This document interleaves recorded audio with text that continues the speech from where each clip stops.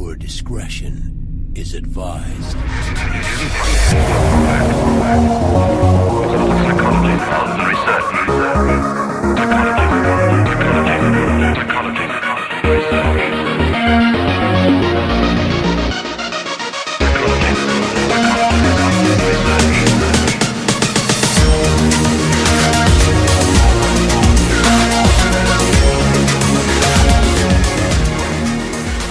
Welcome in to the FC podcast. This is episode 8, I think. It's episode 7. 7, okay. 7's a lucky number, right? No, it's not. I think there was a movie after this. 7 had Morgan Freeman and Brad Pitt in it. And spoiler alert, at the end of the movie, Brad Pitt's wife gets her head cut off, and then Brad Pitt loses it and just kills the motherfucker right in front of him. It's actually a pretty good movie. Do you want a better spoiler? What? None of us are really living. That's the kind of podcast this is going to be. It's Sunday night, we're both tired, and, well, we're not too motivated to do this, but we're going to do it anyway. I haven't been in a good mood all week. Yeah. But anyway, everybody, let's be happy. Yay. Okay, so Battleline coverage. Really quick transitioning. So Battle.net coverage. Red wins both maps. Yeah, we played on Construct and the DLC map Harvest. Which was a dumb idea. Everybody, I'm going to point this out right now. DLC maps should not be playable for the sole reason that you lose people. In terms of your privates and your private first class who have just joined FC, you're going to see a drop in retention because they don't have these maps. They're going to sit here and go, then why am I here if I only get to play half a Battle Night? And yes, the rational response is, hey, it's only 1 week, and I'm fine with that rational response. But no one understands how to be rational. Trust me. One of the things that I've learned from FC, I might actually post that whole 10 list thing that I ended up putting up in one part, is that trying to run a squad is like herding cats. Just saying. Anyway. On Construct, Red won, and Red won pretty convincingly. I'm looking at the stat book right now, and I see a whole lot of red and not a lot of blue. I see a tie. I see a tie, too. I see a tie. That still doesn't change the fact that I see a lot of red and not a lot of blue. I like ties. Let's go. Let's scroll down to Harvest. Scrolling down to Harvest. Harvest is the same way. There's a lot of red and not a lot of blue. Blue actually had the majority of their wins in exhibition matches. Yay! Because those really count. Anyway, scroll back up to the squad records. As far as squads broke down, the top squad overall this week was Reds Vanquish, who is undefeated, and they continue to be undefeated this war through 3 battle weeks. The top squad for Blue was Legacy, who went 6-2. Other notable mention for top squad for Red was Orion, who went 3-1, and of course the always good Violent by Design went 2-0. Another shout out for Blue, well actually it wasn't really much of a shout out. Sparta went 4-4, which is uncharacteristic for them because they are actually a pretty good squad. Lol.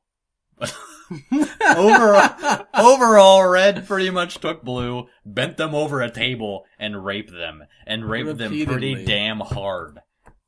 Repeatedly. Like dildos in ears kind of shit. But yes. Anyway, as far as FC news is concerned, there's not much. I actually decided to leave FC entirely. No one will ever see me again. This is my last podcast. Yeah. Gunny here has decided that he's going to try to be a complete asshole, and he's actually repeatedly told me that he wants me to leave, and so I'm leaving.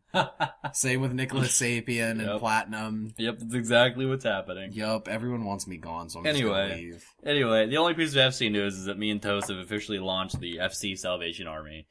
For those who don't know, that's basically a way for community members who don't have Xbox Live or need Xbox Live for a certain period of time to be able to get it. Basically, we'll be taking in codes and shit, Xbox Live codes, gold codes, and we'll be putting them in kind of like a database. And then if you need one, you'd send a message to us, you'd apply for one, and then if we feel you need it enough, we'll send you the code.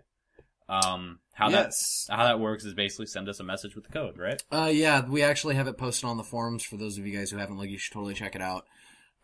Essentially we got the idea a couple weeks back when we were interviewing Raz, and he said that his gold was about to expire, and Gunny was like, I have a code for you, and I was like, you know what? It'd be really fucking cool if we could set up a database for this shit. And then, we didn't have our own forums, and I didn't want to muddy the multimedia section. Now we have it though, so it's in there, it's stickied up at the top. I have 2 different forms there. They're pretty simplistic. Essentially, if you're contributing a code, send us a message with your name, the actual code, and then how long that code is. So, for example, if it's a 48-hour code, a 2-week code. Maybe you're generous and gave away a year code. I don't know. Maybe you're just that kind of person. Which, by the way, if you want to give anybody $60, give it to me. Don't buy a code. That's the way I run charities. Anyway, and then if you're requesting one, essentially put your name, your reason as to why you feel you should get a code, and then, how long you need it. So for example, like, hey, I get paid Wednesday and it's Monday. I need a 48-hour code to run something for my squad. Then, we'll give you a 48-hour code. That's how we determine which code to give you. As far as reasons go, I think we're not necessarily going to be lenient in that we just hand them out, but we're understanding. That's kind of the point. Yeah, definitely. So, think about sending in those codes, and also if you need them, feel free to apply. Don't apply yet because nobody has sent any in. Despite I have a 2 weeks, so that can be our first one. Many people have been like, "Oh, I'm sending you guys codes. Wait till I get home," and then it's like, "You never sent me one." That's cool. My hat fell off. Anyway, I know Raz even also wanted to kind of extend this to Halo Unity, which would be cool. Yeah. Also, we've heard good things about this, but once again, no one has sent in anything. So yeah, definitely go ahead and do that.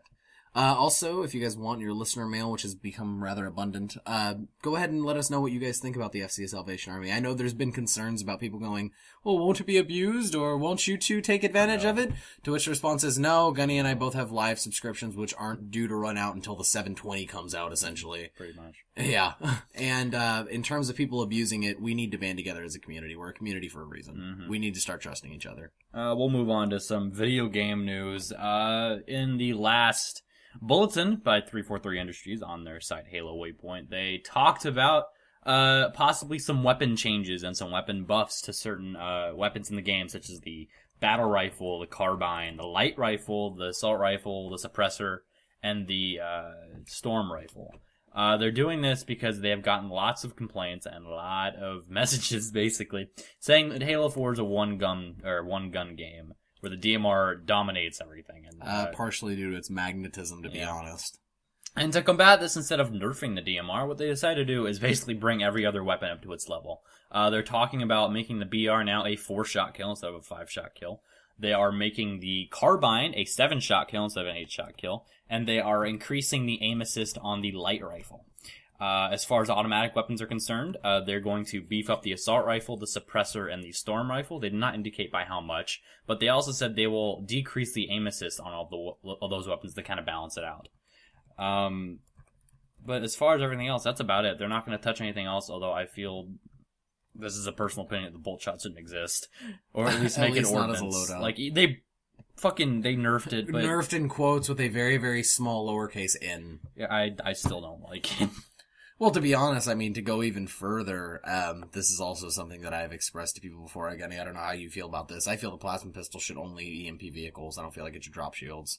But that's just me. Yeah, I guess. Well, I personally don't see much credence in terms of a strategy being noob comboing, which people are like, we're good Halo players. You don't see that bullshit. I see that every fucking battle night from people of all skill levels. They drop shields with a fucking plasma pistol, switch to a DMR using dexterity, and get a headshot. That's been around since Halo 1. I know it's been around. I don't like it. I don't like it as a way. I think it kind of dilutes the quality of playing. Well, the thing is, like, if you're gonna stay alive, you only get 4 charged up plasma shots out of a plasma pistol anyway. And then you'll run out of ammo. Plus, it takes a little while to switch over, and someone can get headshots on you. But not with dexterity. That's dexterity. It makes switching faster. But I don't think that is issue number 1. Not issue number 1, no, by any means. Yeah. But I'm just saying it's something I'd like to see. Yeah. But yeah, essentially they're going to bring everything up. I'm very happy with this because for me, everybody, I've expressed it on the podcast before, I love class-based multiplayer. And I feel that they're essentially trying to get every weapon closer to the little niche that it's supposed to fill. Like, for example, I mean, buffing the assault rifle classes, I mean, come on, like, there is no reason, if I'm, like, 2 feet away from you, that your DMR or BR should beat my AR. There's no reason for that. That doesn't make sense. Like, I'm riddling you full of bullets. I'm excited because they're buffing up the BR and up to 4-shot, which is what it's always been in Halo 3 and Halo 2. It was a 2-shot kill. I mean, not 2-shot. Fuck that. 2-shot kill? Well, it was a 4-shot kill. And now they're putting it up to there, so it's kind of like a Halo 3 nostalgia. However, with that, they're also decreasing the rate of fire to balance it out, which I'm okay with. I feel it makes sense for the type of weapon that it is. And I feel overall it just makes it more of a mid-range weapon. And then the carbine's getting a buff too. Which is good. before, I mean, you could use it, but you were gonna lose every fight because it had a good rate of fire, but I mean, it was not the strong rate of fire enough. balanced it out. However, here's the problem: the carbine also has, I believe, the smallest magnetism of any loadout weapon. Yeah, I'm not sure on that, but it has a very, very small magnetism. Maybe not the smallest, but it's very small. And so the thing is, yeah, you're shooting quickly. That's nice, but the DMR is getting way more headshots due to magnetism than your carbine is, which doesn't really help you much. yeah, but we'll see. Those aren't official. They just kind of gave a rundown of what they're looking at, what they're working on. They also want to increase the damage done by turrets. That's right. On That's the right. Warthog and on the Mantis, which I completely agree with. As of right now, in case you guys didn't know, a SAW can outshoot a Warthog gunner, which I feel is nuts. They want to buff the chain gun on the Warthog and the chain gun on the Mantis. Which is good. These are chain guns, for fuck's sake. And they also want to decrease the aim assist on the beam rifle. Because it is ridiculously easy to snapshot with that thing. Yeah, it is. The beam rifle is pretty much, I'd say, in terms of long-range weapons, incredibly OP. Mm-hmm. Especially with the rate of fire that it has. I mean, even if you don't get a snapshot right away, bam, bam, 2 shots real fucking quick. Yeah, you can only get 2 shots because it'll overheat, but what I'm saying is still, it's, with the amount of magnetism that it has in terms of headshots, it's crazy. Yeah, it's especially with snapshotting, it's ridiculously easy compared to the actual sniper. But yeah. So yeah, I would say that that's pretty much all of the Halo 4 news. And again, these are only possibilities. Yeah. However, I see them as big possibilities. Oh, also with the Assault Rifle class, I feel it's good to note that although they're increasing the damage done, they're also decreasing the magnetism. And the aim assist, yeah. And the aim assist. So essentially what's going to happen is at longer ranges or mid ranges, it's going to be effectively useless. Damn near. Useless. I mean, you can still use it, just you have to. Okay, but what I'm saying is go up against somebody at mid-range who has a BR or a fucking, DMR with your assault rifle. You're not gonna win. Yeah, you're not gonna win at all. Unless the other person's retarded. Anyway, let's move on. Next segment, we got a very good interview with you with a guy named Zeta Crossfire, the recruiting machine. I'm gonna nickname him the recruiter. Yeah, our first red guest on the FC podcast. So give it up for him. Well, no, we had Fuzzy. True, that's right. Okay. God, you're like making us seem so blue biased. Get the hell out of here. I'm taking over. Non-field marshal. I'm taking over. Non-field marshal. Gunny makes us seem bad. We've had very, very few interviews so far, and I've been trying to alternate them. So I'm gonna flat out tell you right now, we're not biased, despite what Verboten Donkey says in posts on the forums. Cough, cough. My little call out there. But my little donkey. Burn in hell, you fucking brony piece of shit. Anyway, so yes, we will be back with Zeta Crossfire right after this break, guys. Stay tuned to the FC podcast.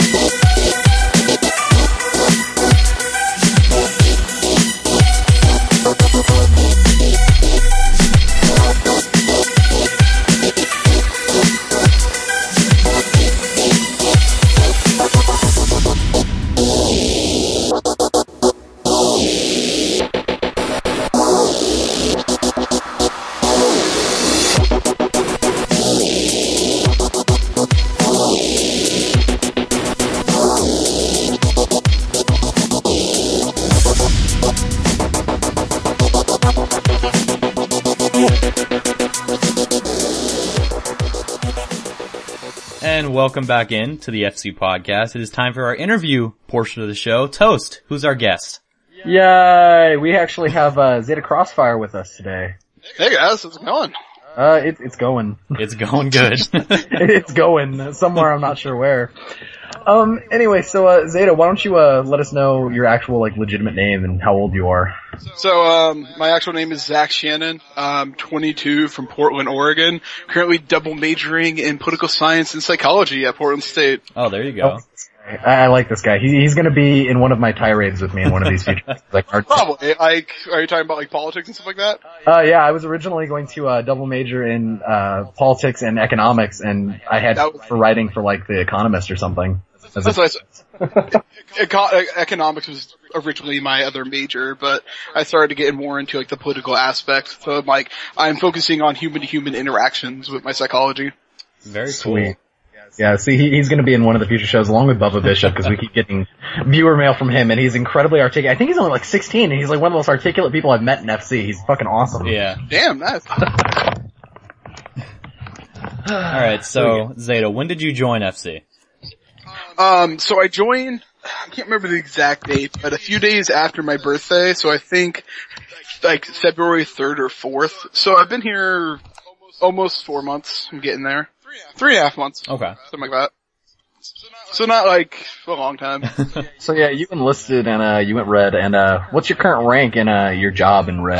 Right now I'm a first sergeant. I lead a fire team within November Company in Red Watch.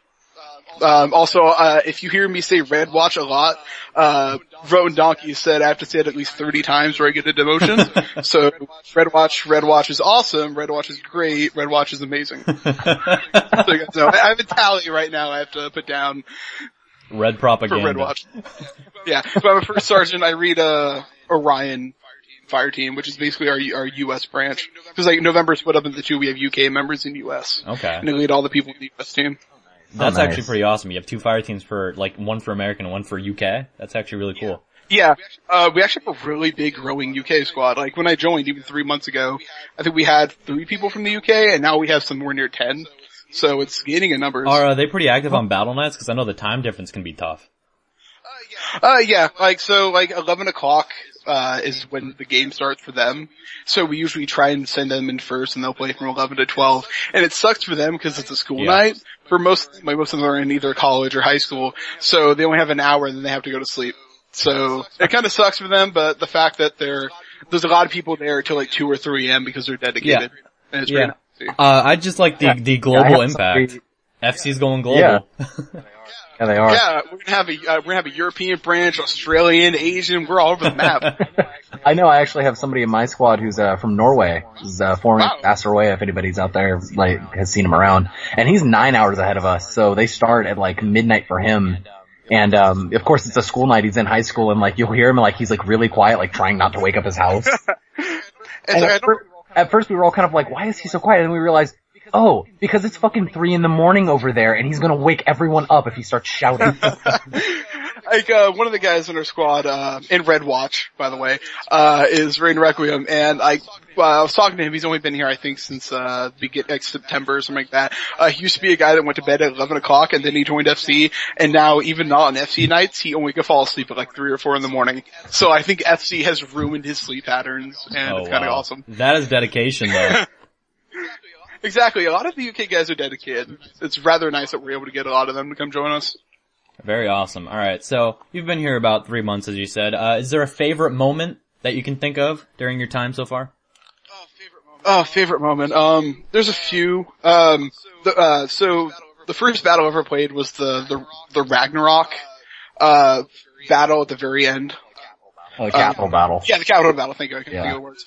And there's this one scene where, actually there was a live stream of it, where it's CTF, it's 0-0, there's about 30 seconds left, and one of our guys gets the flag, and it's in the center, and 15 of us die before we're able to bring it from the center of the map to our team. We have video of it, it's called like the human assembly line, so someone will pick it up, die, someone pick it up, die. Like 15 times Red Watch is really pushing it, but that was one of my favorites because I think I died like 3 or 4 times just trying to move it like 2 or 3 feet, like every life. It's ridiculous, but we got that. Another one is I've been doing a lot of recruiting recently, and I think like a recruiting machine. Yeah, since I've joined, I've got like 15 or so people just from like outside, and then I've contacted like 10 or so people that just lost interest and have come back. But I think I really enjoy trying to get people to. I'm really enjoying like doing the recruiting aspect, and like that's been my favorite thing. This like as a whole. Very cool. Yeah, that really is. So, also on top of recruiting, you started the FC Top 5, if I remember correctly, and you want to talk about like how that got started? Yeah, so I've been really into machinima. I used to do a lot in Halo 2, Halo 3. Had a Dazzle, capture card. Wasn't great. Picked up a really nice one and then wanted to do a montage. And I posted a thing on SC being like, I want to do this montage. Someone like help me out. And like 5 people submitted clips. And I was like, well, fuck, I can't do a montage. I'll just do a top 5.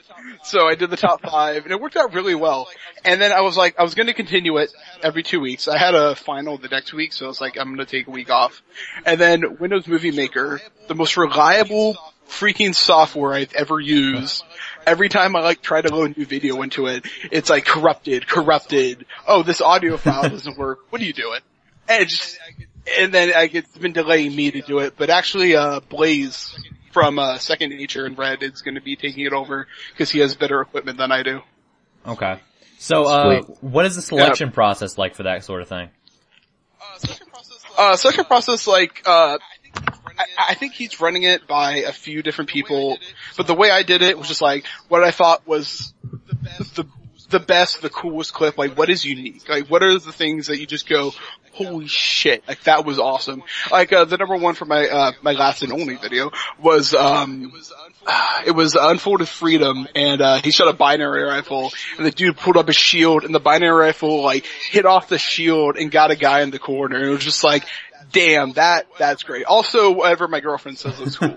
So, one of those two. She definitely made me switch a few around. But yeah, and then I think what he's gonna be doing now is, he's gonna have a panel, which, it seems okay. Have a panel of like a few reds, a few blues, try to make it even. But, I think that might take too long. Like, I don't think I'd ever do that. Do you know who's on this panel? Not yet. Like, I think he just posted, I know he's gonna be on it. I think Uzi might. I'm not sure any blues are on it yet, but he's looking. Sweet then. This will actually go out then. This will be one of our podcast messages this week. If you guys want to be on this panel and you think you have what it takes, contact either Zeta or Blaze, it seems like. And, yeah, I can point you in the way. Yeah, Blaze is definitely the one, but if you have any other questions, you can come to me. He's mainly taking over it, but I think I'm gonna release a few every now and then. I just kind of my own special ones. Cause I love doing it. Sweet. So you said it's pretty much being handed over to Blaze. Anything else in terms of the current status of the, top 5? I know he's, editing it one right now. I'm not exactly sure what it's gonna be up though. Insider info. Are they? Last I heard. Also, make sure to submit your clips to him. Like, from when I did it, like, the easiest thing to do was, like, upload it to your file share, go to Halo Waypoint, save a clip, and then send it to him online. It's the easiest way from the download. Also, like, try to include, like, 30 seconds before and after of the clip, because it's really annoying when people, like, end the clip, like, right when, like, you get that triple kill, and then you end it, and then, like, you're either talking, or there's not enough time to transition between the clips. So yeah, just give him a little, like, make it a little long, give him some time to play with it. It really helps with editing. Wait, so that's the other thing, guys. If anybody has a clip out there, start sending these in. They need these. And you can be, like, FC famous. Yeah, it'd be nice to start doing these, like, every week. That's what I wanted to do, just girlfriend, double major, you know, I'm doing all this recruiting thing. It's just like, I don't have enough time. Do you know if Blaze is planning on doing these weekly? Nah, I don't. I'm guessing bi-weekly if I had to guess, but he could. Blaze, you should totally start doing this weekly. Put in the effort like Gunny and I do in terms of pushing things out weekly. You'll be FC famous. Alright, so let's transition to something, more war current. You're in Red, and there's a war going on right now, so, how is Red handling the war so far? I think they had it really well. Like, last week we had a really terrible luck with, Construct, I'm not sure you heard about, which kinda sucked. Like, we assaulted an area with like 5-1, I think it was, and lost, but, like, overall, I think we're doing, this is my first real war. Like I said, I played the last battle of the war, but never got a real sense of how everything was. The way I'm seeing how everyone's handling it, I'm really liking Red Army. I like the structure. I like how everyone's sending people to battle. I like how Red Army is, for what I've seen, even if the squads aren't the best skill level, they're trying to make sure everybody plays, and that's the part I love about this community. Like, Red Army is making sure everybody plays, everyone gets to play as much as they can, regardless of skill level. And it's just like, I think it's bringing more people in. And that's one thing I'm hearing about. It's like, yeah, like before they've seen like generals where they continually send the best troops in over and over again. And then you have this cutoff of people who, may be okay, not the best, but they kind of leave because they never get to play. But I'm seeing just like a standard that everyone gets to play. And I feel like that's awesome. So I'm really liking what I'm seeing with Red Army so far, especially within Red Watch. Like everyone, sorry, go ahead. No, I was gonna say, I think I can also vouch for Blue, and we're pretty balanced like that. We pretty much send everybody in. Like, I can't think of a time where we said, or like, didn't send a squad in because they weren't good enough or some crazy shit like that, Yeah, like I said, those are just what I've heard. Like, yeah. I've only been here 3 months. I don't know all the history of it yet. Gunny might be able to vouch in terms of the past a lot more than I could. Like I said, I've only been here since December. We've definitely had our problems with that sort of thing. I know in Halo 3 we had a big controversy. Both armies were really guilty of it, where they would really take in, because they have the ranking system in Halo 3 where you could be a general, and they'd basically take generals and put them through a quick boot camp and just have them fight every Sunday. They wouldn't be active in the community. They wouldn't really have a squad either. They'd just be sent in to fight. But it really seems like that's improved, and field marshals are going out of their way to make sure everyone fights regardless of skill level, regardless of whatever squad they're playing against. And that's really good to hear. I'm really enjoying what I'm seeing so far. Like, being here only 3 months in FC, like, I don't know how I haven't been here longer. Like, this community has been fantastic. And I'm loving the camaraderie within the community. When I first joined, I didn't really get the whole structure, and it seemed like, both sides, like, maybe didn't communicate as well or didn't talk. Like, it seemed like only some people would play with each other. But I'm seeing a lot of, like, cross-pollination between the two armies. And, like, I always play with, like, Mute and a lot of those guys, and it's nice. It really is. Even though we're fighting on Sunday different teams, it's still the same community. Yeah. So back to a bit more of a personal level, how'd you actually get your gamer tag, Zeta Crossfire? Long story. So, I used to, like, back when I was, like, 12, 13, 14, I used to roleplay Halo on MySpace. Back in that whole day, I used to be in a squad on online. They were going to make a Halo 2 community or a clan, and I was Spartan number 69, and I was in Zeta squad. So I made a tag called Zeta Spartan 69. And then this clan never came through. Oh, this was also before I realized what a 69 was, because I was like 12 or something. So that followed me for so long. But, about 4 or 5 years later, I decided I just wanted to change the tag because everyone kept calling me, like 69 and stuff like that. I was like, everyone thinks I'm a pervert or something. So, I can't remember exactly what it was. Crossfire has always been like one of my favorite words. I just like crossfire as it. So I just dropped the Spartan 69, added Crossfire, and then Zeta Crossfire just came into addition. I think I'm gonna keep that for a while now. But at the very least, I'll always keep Zeta. Like, that's the thing everyone, it comes to the point where I'm also, I do military airsoft in the area, and I'm in an area that people just know me as Zeta. Now, like, in real life, like, some of my friends just call me Zeta, so I think it's stuck. Yeah, in terms of like gamer tag sticking, I know I actually have a couple people in real life that will occasionally call me Toast. Like, it's meant in certain contexts, but it actually does come up, and it's kind of funny when it does. Yeah, it's like out in the field, like, people will call me just Zeta, because there's a few other Zachs, so it's just easier to call me Zeta. So, It's just something I think I'll keep for a long time. Like, hell, maybe I'll change my middle name to Zeta. Just for the fact that right now it's Randall, and I think Zeta sounds better. You should totally, cause you'd be Zach, Zeta, Shannon. That'd be kinda cool. Exactly. And like I said, I've been being called this for over like 9 years now, so it's become like it's become more of a name than me than almost Zach has. You know what's gonna happen? We're just gonna end up reaching the point as a society where we start determining our kids' gamer tags, and your gamer tag is just gonna by default be your middle name. There you go. That'd be fantastic. Like, I'll name my kid, like, he'll have the first name and he'll have my last name, and his middle name will be like, I don't know, like Toaster87 or some shit like that. I wouldn't mind that.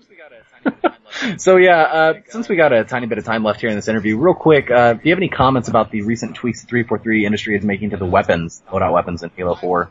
Because I know that's a topic right now. I love my assault rifle, so anything that makes it better is fantastic for me. I'm an assault rifle whore. Like, everyone in Red Army knows this. Like, I believe in, there's a weapon for every scenario. So, like, when I'm in a close range map, I always have my AR. When I'm in a long range map, I always have my DMR. Mid range, BR, kinda like that. So, I always have firepower on, always have an AR for the most part. Kinda glad that they're making the carbine a little better. Yeah. Because I really enjoyed that gun in Halo 2, Halo 3. Really love the carbine. And just Halo 4, I just really, it doesn't kill fast enough. I feel like I'm losing every fight with people that have a DMR or BR. So that's one thing I'm kind of glad that they have. Mash right trigger. Mash right trigger. Also, I heard they're making the vehicle stronger, right? Like the Warthog. Yeah, the chain gun on both the Warthog and the Mantis. I'm glad. Like, I really feel like I used to be the Warthog driver in like every Halo game since the beginning. But Halo 4 is like one plasma grenade is a really good chance of killing the driver, and it just doesn't make driving the Warthog fun anymore. So I really hope they find a way of also boosting like the health of a Warthog, and also having the chain gun kill faster will will help you if you're running towards someone and being able to kill them in time. Also, I'm the Mantis driver for Red Watch, so if I can kill people faster with the chain gun, I'm happy. Actually, funny story, the saw can actually outshoot the chain gun on a Warthog. As it stands right now, it can outshoot that. You can kill the gunner before he can kill you. The thing we've been doing in Red Watch recently is if someone has a saw, we'll have a mongoose and then have the guy with the saw in the back, and then he will lead the Warthog because he's able to kill people better than the chain gun. That's great. It's worked out pretty well sometimes. Actually, Gunny, you might remember, and Zeta might, because I know he's an avid listener of the podcast. Did I ever tell the podcast listeners about the mongoose story with Platinum? Oh god, okay, this is Toast story time here. So me and Platinum recently went with Red, so Red and Blue will probably know him. Great guy. We went into matchmaking like the friends that we are, and we decided we're gonna fuck shit up. So we load up big team, and we're on Exile, and we're on Red, so we spawn over, over towards Lift, not the Lift base, not the regular base. And, so we're opposite of Gosshog, and we're like, well fuck, what are we gonna do? So I take my anti-vehicle loadout, which has a plasma pistol. I get on the back of his mongoose. We drive straight head on for the Gosshog. The driver doesn't know what to do with this, and he freaks out. He panics. I shoot. I EMP him. We both jump off. Platinum jacks the driver out. I jack the gunner off, and we literally drove around in that and got like 25, 30 kills. That is brilliant. We scared the piss out of it. Like, we just drove straight for them, and I think they just panicked. And we literally went across the map and got control of the Gosshog within, I want to say, 20 seconds. Took the Banshee out, took the tank out right away, and we were just fucking shit up the whole game. We weren't even trying. We were just fucking around. That's awesome. Like, that is, I love this game. I love Halo. The fact that you can do that is amazing. Yeah. Very few games can you do that in. Yeah, it's just the kind of mayhem that you can go in and cause. Exactly. Battlefield, there's something to be said about Battlefield and their mayhem, and I really like how Halo is able to bring that into just, even this 4-on-4, you're able to just have like the chaos that is Halo.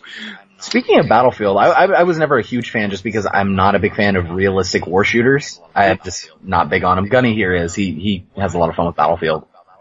But, what I really loved about Battlefield is the destruction of the actual playing field. Super nice. Yeah, that's really good. That's something I want to see in every shooter ever. Like, it's just great. Yeah, like the fact how the battlefield changes, the fact that if you, I can't remember exactly what map it is, but there's one map where between capture points there's this big fence, and when the fence is up, it completely changes the gameplay of the map between these two capture points. But when the fence is down, like the 2 points where people are fighting at, they're just going for that center point now. And just like how a small thing like a fence just being destroyed can change the flow of that game. And that's what's awesome. That's what I love about games like that. Yeah. I would love to see a destructible Halo game. That, and I kind of feel that it's like realistic. Like, you'll have points in Halo where they're in like this small little area and they're kind of like hiding in there, and you like fucking throw like 3 rockets and an incineration cannon blast at it, and it's like, oh, it comes out completely fine. I don't know what you're talking about. Yeah, I don't know. Maybe 3. Come on. Like, I've always wanted like a Rainbow Six style like ODST game, where your ODSTs, you got the commands of people like that. Like, give me that game and give me like destructible environments, and then like you can test that out. Like, just, you don't need to throw into Halo 5. Just put it in a side game. It'd be pretty awesome. Oh man. All right, well we're definitely be we're getting close on cool. time here, so I think we're gonna wrap it up. But we have to give enough time for our listener mail, which we're starting to get. Red Watch. We have to give enough time for our listener mail, which we're starting to get in large amounts, which I'm very, very happy for. Zeta here actually sent us in an email. We're going to get to his email later on in the show. Everybody should totally keep sending in listener mail. I love it. Yeah, I hope you guys are able to actually answer this right. Like, the amount of people, like, I don't know, have you guys played Halo 2 a lot? I have, but yes, I have. Or Halo 2, Halo 3? Okay, you played all the earlier ones? I have, but yes, I have played them. Alright, cool. Just making sure. Also, before we leave, I just want to say that Mass Effect 1 is the best Mass Effect, just so you folks know. No, you can agree with Gunny all you want, it's all about Mass Effect. Mass Effect 2 had way better fucking characters, end of discussion. I don't know, but those last 3 hours, once you leave Vermeer, like, pretty fucking amazing. Oh no, they definitely were amazing, I'll give them that. Like, there's no doubt that they were amazing. Just like, the way that Mass Effect 2 started, I remember playing it and then having fucking, like, Shepard die like that, and I'm like, what? What are you talking about? It is pretty ballsy, just like, yeah, you know this, like, character and this, like, ship that you've fallen in love with? Yeah, fuck that. Yeah. Shortest game ever. It's like, paid $60 just watching I actually thought the same thing when I played the beginning of Mass Effect 2. It was like, the game's gonna end like this. I spent $60 for a 5-minute cinematic. What's going on? I don't know, that was a pretty good cinematic for $60. Originally, I thought that they were gonna have a new main character, and I was like, are you fucking serious? Because that's gonna totally piss me off with this series. You don't just do that. You don't just randomly change people on me like that. Mm-hmm. Especially not after, like, this character that you've made. Yeah. They were talking about, like, so in the Mass Effect 2 you can have your character die, and supposedly they're gonna have, you can play as a new character in Mass Effect 3, though that never came about. Like, that would have been crazy. Alright, so now we're gonna wrap up. I wanna thank Zeta for coming on with us. No problem. Thank I'm you, here for Red Watch. Hold on, Red Watch. And me and Toast will be back after this break with some listener mail, so stay tuned to the FC Podcast. Mail.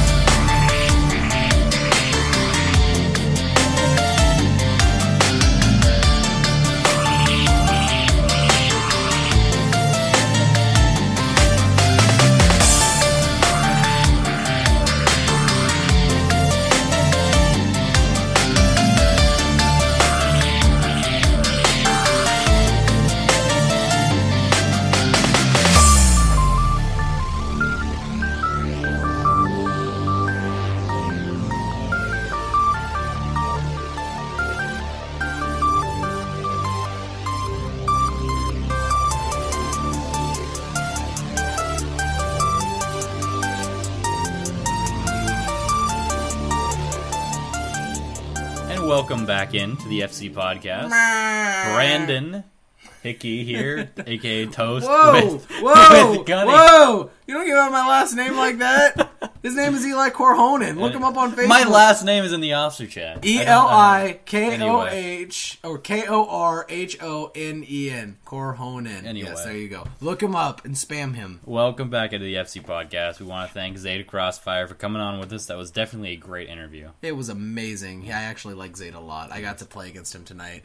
And, like, it was so weird because we had interviewed him, and then I played against him, and I was like, hey, buddy! It was like FC-ception. Yeah, it was FC-ception. Anyway, yeah, he's pretty cool for a red, I guess. Kind of like Contracept. What the hell is that? This is coming from the guy who has told me repeatedly, I spent, like, my entire FC career in red. I was, like, always part of red. Like, to be honest, I only went blue because Loco wanted to set up that one squad. I'm all about red. And then he's like, he's okay for a red, I guess. Go fuck yourself, you inconsistent bitch. Anyway, we're at the part of the show where we read your questions, where you are part of the show. It's listener mail time. Meow. So yes, our first piece of listener mail is entitled Pretzels, and it comes from Adrian Bra, and I don't know if that's actually, like, bra, as in, like, you're messing with us. That's Gunny dying. Or actually, he's from Norway, guys, and so I didn't know if that was, like, his actual name or not, and I apologize. I don't mean any offense by that. Gunny's laughing. He's probably just being a dick. Anyway, and it reads, hey guys, Adrian here, aka Mr. the Adrian, aka Asaroya, that's his forum name if you guys have seen his post, aka T, aka Mr. T, aka Roya, aka Ass. I really enjoyed your podcast. I don't know, it has something magical to it. I've got a couple pretzels for you. Thank you, I love pretzels. Number 1, does Toast always disagree with you, Gunny? No. but it happens quite a bit. Yes. Gunny and I actually tend as friends here to take up contrary positions quite a bit. It's kind of been the dynamic of our friendship. Yeah, but once again, we don't disagree on everything. Well, it's actually rare that we ever disagree on something. We normally agree. We just have different means of getting about to that final conclusion. For example, he's very much, we need to be nice to the world. And I'm very much, people are stupid and aren't worth my time. Anyway, number 2, favorite movies. Avatar is not allowed here. I mean, Jesus Christ, it sucked. I have to agree with you. Avatar was one of the worst movies of all time. Ever. It sucked. It was a whole fucking push of take only what you need pansy bullshit that had all these, like, you know, trying to give us cryptic messages about being nice to the earth. If you want a good, the way that I feel about us being nice to the earth, you should totally check out George Carlin's rant on environmentalists. That pretty much sums me up.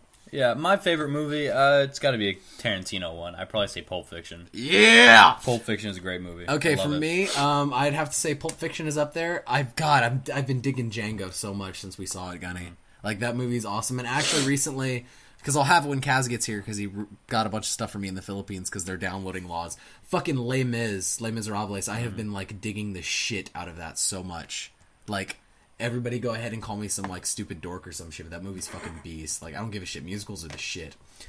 And speaking of musicals, number 3, what music do you guys enjoy? Cough. Where did the conversation we were supposed to have, Toast? Cough. Adrian, our conversation is coming up. As you know, you live in Norway, which makes scheduling things kind of hard, and we're just usually on at different times. But what kind of music do we enjoy? We have similar tastes. Yeah, I enjoy anything that's not country. And actually, I would say that we have similar tastes, except that Gunny's much more new age and I'm much more old school. I grew up listening to everything from Hendrix to Deep Purple to Sublime. Actually, Sublime's self-titled album, which was released in '96, entitled Sublime, the one that Bradley died in the middle of, is not only in my top 5 albums of all time, but it's the first album I had memorized. At the age of 4, I had all the lyrics down, including lyrics that I shouldn't. Like, Annie's 12 years old and 2 more, she'll be a whore. Nobody ever told her it's wrong. Yeah, I shouldn't know that at 4.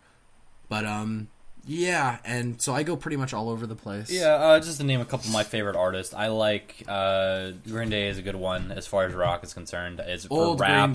Old Green Day. Rap, I'm a big fan of Kanye West. That's not rap, that's hip-hop. Despite him being kind of nuts, I love his music. I also really like Macklemore. I found him recently. I love his work too. I'm going through his library of music and I'm loving it all. Also like the Beatles, as far as classic things are concerned. Yeah, I actually got Gunny here into the Beatles. He wouldn't listen to them for the longest time. And then I got him to listen to them and check them out. And he was like, these guys are really good. And I'm like, no shit! Really? Whoa! But, yeah, for a couple of mine, in terms of rock, I get really technical with genre. So in terms of rock, I'd have to say Zeppelin, Sabbath, and all the ones that you can actually consider rock. Newer stuff, so we're talking alternative, post-industrial, industrial, and grunge. 90s for me were one of the best generations of music ever. You had Kurt Cobain, Nirvana, which then, of course, ended up leading into the Foo Fighters later on with what? What are you doing? Gunny's being weird. Sorry for that. He's randomly touching things. It's kind of creepy. Forget my point where I was, but anyway, I'm also big on, considering that it's coming into summer, that's my season for ska punk, and reggae, which I'm also a really big fan of. In terms of rap, I like legitimate rap, so I mean, we're talking about what rap is supposed to be, which is spoken word to music, so I mean, we're talking Eminem, Macklemore actually does quite a bit. I want rap to have a meaning, to be honest. Punk, I was a huge punk for a long time, everything from the Ramones and Sex Pistols to newer stuff, but newer stuff is more pop punk.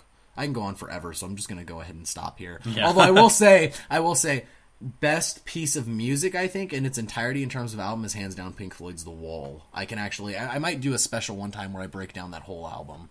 That is something that everyone should know inside and out, or your life will be meaningless. And number 4, he says, opinion on shitty, newer music. To be honest, Adrian, I actually was just like that for a very, very long time. In middle school, I listened to nothing post-85.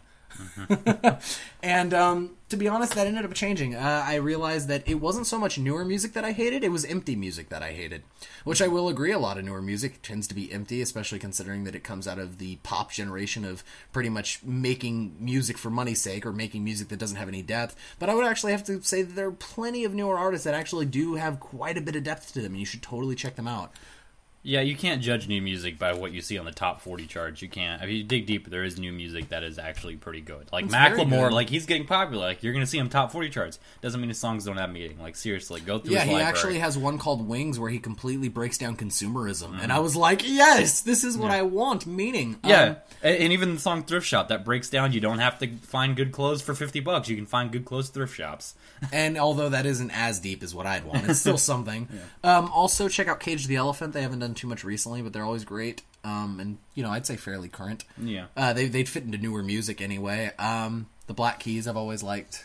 I like the Black Keys. He's not as They're big okay. into getting close. As you get closer and closer to indie, the more Gunny starts to drop off and go, nah, not into it. So and he actually makes a request saying, and please play the Doors' Break On Through to close us out. And I'm actually going to say to close us out, that's what we're going to have. So coming up at the end, we're going to have the Doors' Break On Through. Funny little music story about the Doors, since I like the Doors a lot. Although I hate the movie The Doors because I don't feel we need a 3-hour movie about Jim Morrison. To sum up his, if you want, I can sum up his life real quick for you. I'm cool, I play music, I'm drunk, I'm high, I'm drunk, I'm high, I'm famous, I'm drunk, I'm high, I'm dead. That's his fucking life. You don't need 3 hours for that. Yeah. But also, when he went on the Ed Sullivan Show with the rest of the band, they were going to play Baby Light My Fire. Or actually, technically, it's just Light My Fire. But anyway, they went on there and they were going to do this song for the Ed Sullivan Show. And Ed Sullivan goes, well, look, kids, you can't say higher at the end of the Sounds song. like fucking Nixon. Yeah, he kind of sounded like Nixon. You can't say higher at the end of the song because it's a drug reference. This is a clean family program, and I don't want any of that. And he goes, oh, okay, okay, we won't do it. And then he's playing, and apparently Jim Morrison reports that through the middle of it, he realized, no, it's my work, my art, and I'm going to say it however the fuck he wants. So when he got to the end of it, he just screamed higher as loud as he could. When he walks off stage, Ed Sullivan comes up to him and goes, you're never playing with me again. Get the hell out of my studio. And he still aired the show, which I thought was funny. I was not a crook. I am not a crook. So moving on to our next piece. Our next piece of listener mail is called Listener Mail. Very original on the title. It's from our friend Zeta Crossfire, who we just interviewed a couple minutes ago. It starts off saying, let's test your Halo knowledge. Got a Halo trivia question for you folks. Which Halo multiplayer map had the Halo 1 pistol on it, but you couldn't use it because it was behind a fence? Was it A, The Pit, B, Longshore, C, Tombstone, D, Powerhouse, or E, Desolation? Keep up the good work, Zeta Crossfire. He says the answer is at the bottom of the page. Gunny, do you want to take a stab at this one first? You should know this. You were much bigger into Halo multiplayer than I was. You should know this one. It wasn't Tombstone, because I played the hell out of that map. I remember Tombstone. Was it Powerhouse? That was a Halo Reach map. I don't think so. Desolation was a Halo 2 map. That was a really late DLC map on that one, too. That came out like 3 months before Halo 3 came out. I don't think it was that. Was it the Pit or Longshore? I'm gonna go with Longshore. Okay, Gunny's gonna go with Longshore. I'm gonna go with Tombstone. And my reasoning being, although I don't recall it well enough to know, what I will say is that Tombstone is one of my favorite movies ever, and considering that we're talking about pistols, we can have the whole shootout at OK Corral type thing going on. So I'm going to vote that one. By the way, if you haven't watched Tombstone, you need to watch it. It has the best quotes ever. Pay attention to fucking, Holidays. Doc Holliday. Yeah, Doc Holliday. There we go. Why couldn't I think of his name? Because I'm tired, that's why. Anyway, continuing. Pay attention to his lines. He has some of the best ones ever. So yeah, I'm going to go Tombstone. Okay. So And let's the scroll answer down, is... and the answer is... It Oh was on my Tombstone! God. Ooh! Okay, it was apparently on Tombstone, which was the Hang 'em High remake for Halo 2, and I gotta say, boom, Buddha, boom, ba, bow! I was right without even actually really knowing. So I don't necessarily say I can consider it right, but I can say that I'm more awesome than Gunny is. Oh, I guess I missed that part when I put on that map. You were so confident. You were like, I played the shit out of that map. I did. Was so good. I actually made a machinima movie on that map. I must have missed that. Well, the other thing is, even if you see a pistol, how are you going to know that it's the Halo 1 pistol? Yeah. Well, I mean, it looked a lot different than Halo 2 pistol. Well, I mean, it looked, but you know what I mean? Like, it's just kind of like you see a pistol. Like, I don't think you would have taken note to it back in Halo 2. Yeah. I think I'll do some research on that, actually, where it was. But our next one piece of is entitled "Still Listening" from Bubba Bishop, who's the other Brandon. He wrote an essay. I wouldn't say it's an essay. Dear Gunny and Toast, seeing as most of the podcast was devoted to Mass Effect, I'll start there.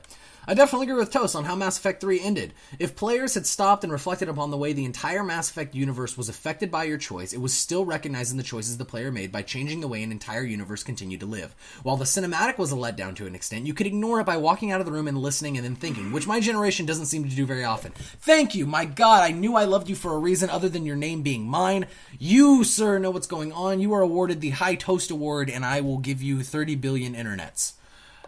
He continues, putting input on my favorite scene of the series is difficult, but I would have to say that Renegade option while rescuing Garrus in Mass Effect 2 takes it. For those who don't remember it, before you even go to help Garrus, you socialize with the mercenaries. When you talk to the gunship repairman, a Renegade option appears and you walk up to him with a plasma cutter, tell him he was working too hard, and stab his sellsword ass with a plasma cutter, effectively setting the tone for the Renegade Shepard man in Mass Effect 2. I don't think I did that option. I don't do that either. Oh man, how did I miss that? You know what? When I get the Mass Effect, when they all come out in their bundle thing, because that's when I'll buy them all again, because it'll come with the DLC. I'm going to play that part again. And I'm going to be more Renegade. That's right, Mass Effect 2, I decided to not be as Renegade, because I didn't want ugly scars. And he continues, and lastly, it didn't come up during the Mass Effect debate, but am I the only person that sees about 3 million references to the religion of Islam in Mass Effect, particularly with the Koreans? And I would say, no, you're not. I actually saw that a lot. Yeah. And Gunny saw that a lot. Like, I remember, I think we even have a conversation about that once, just the way in which they relate. So, no, you are not the only one. For sake of time, I won't go into all that stuff right now. But, yes, you are not the only one. However, in terms of the way the rest of the community saw it, I don't know. My suggestion for a game series to debate would be hurry up and discuss Assassin's Creed already. I need to hear you bitch, Toast. It makes my day every time you rant. I like to hear that. We will do that very soon, actually. I'm currently playing back to the Assassin's Creed games, and I think we'll do that once I finish it. Yep, now we have to wait, because Gunny decided he is going to actually finish it and play Revelations in number 3. Yeah. And so he's going to go through the series first, and then we'll have that discussion. It should be a very good one. I don't want spoilers for him, essentially. Sorry. Also, he'll be able to contribute more if he's actually played through it. He goes, and to end my extremely long-winded listener mail, why? Because fuck the listeners who get tired of my long letters. That's why. I like his style. You know what he reminds me of when he says that? Oh. He reminds me of Cave Johnson. The boys at the lab also tell me that I should stop making pre-recorded messages. So I decided, make more pre-recorded messages. I own the place. I pay the bills. I'll do what I want. Can we have a game just centering on Cave Johnson? Yes, we can. That's please. Next show. Next show. Already decided. I had an idea for a toast tirade while listening to the news. Are violent crimes such as bombings and shootings on the rise because the news and other media gives them massive amounts of attention?